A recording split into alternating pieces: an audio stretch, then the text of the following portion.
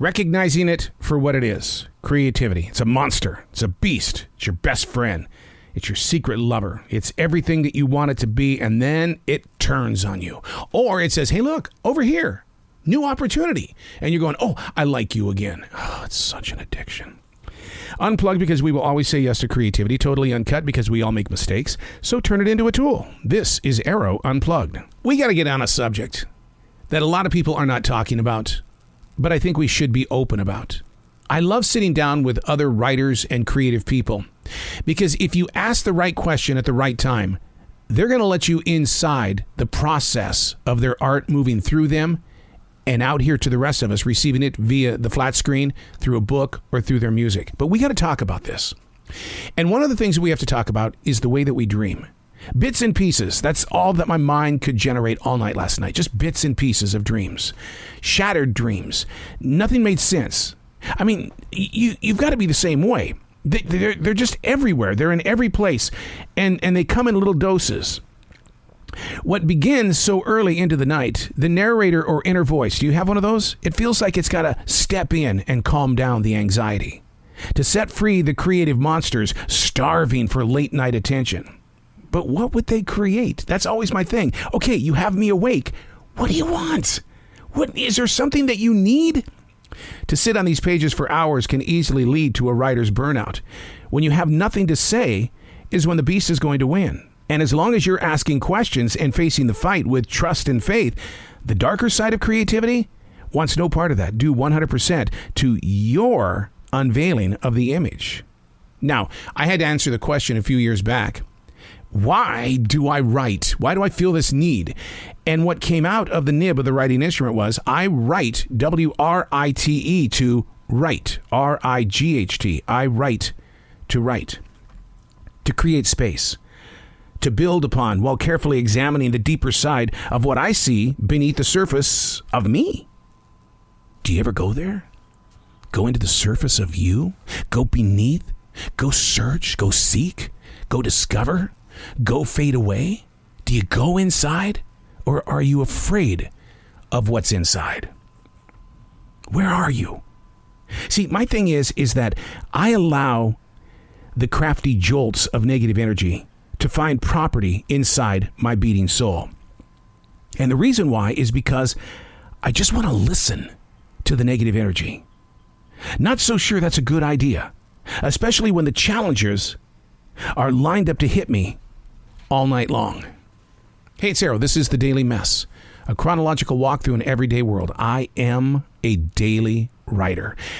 This is the stuff, man. This is the transparency. This is what I challenge you to try to step into, through, around, and to really start listening to everything that's beneath the surface of your skin. This is The Daily Mess. And I'm not really sure how this day is going to play out. My annual physical, that's how my day started. 7 o'clock this morning. I was right there with that doctor answering questions about what? The body. Not the mind, not the soul, the body. Because you need the body in order to get everything else to work. But it just gets in the way to take care of the body.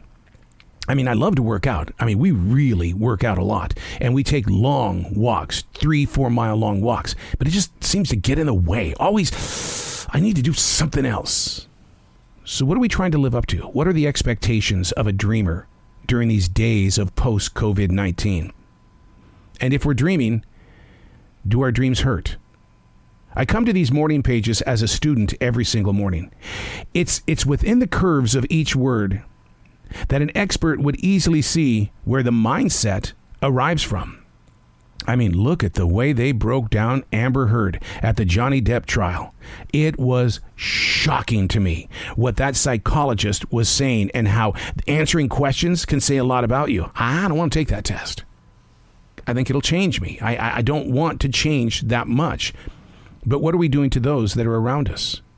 We have a certain amount of depth, but who are you letting inside? What's the story? What's the connection to all these things called reality? Are we easily blindsided by habits or creative needs? And if so, how much longer before one of us breaks? I hope not. The daily goal is to serve a greater power in ways that speak to a modern street. I am but only one, and for some reason, God likes it that way. Not a change or a challenge, only a student in daily class. Whoa. Swing and a miss right over your head? I don't think so. Maybe not all of it pertains to you. Not all of it is going to be something you can relate with.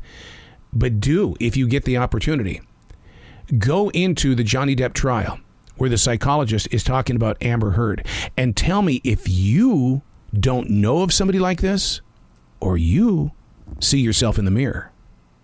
It's a great thing when other people can see things about us, but I see that as judgment. But when you start seeing it in yourself, that's where change begins. That's where you can start slipping things inside that can help soothe the pain. We all have pain. It's part of our process. It's where we get fuel. But where you're growing is something that you can change if you make the choice to listen. But then you've got to activate. And if you activate, that means change. And other people are going to say, I don't like you the way you're doing it these days. I like the old you. Then you got to make a choice. Do you want to go back to the old you? And you know what was there because they didn't spend the night with you. They didn't lay in bed with you late at night when you were wide awake going, what's going on? What's going on? What's going on? But you make those changes, and then you have to have the courage to say, I am me, and this is the me I need to be. I'm Arroe, and that's the Daily Mess.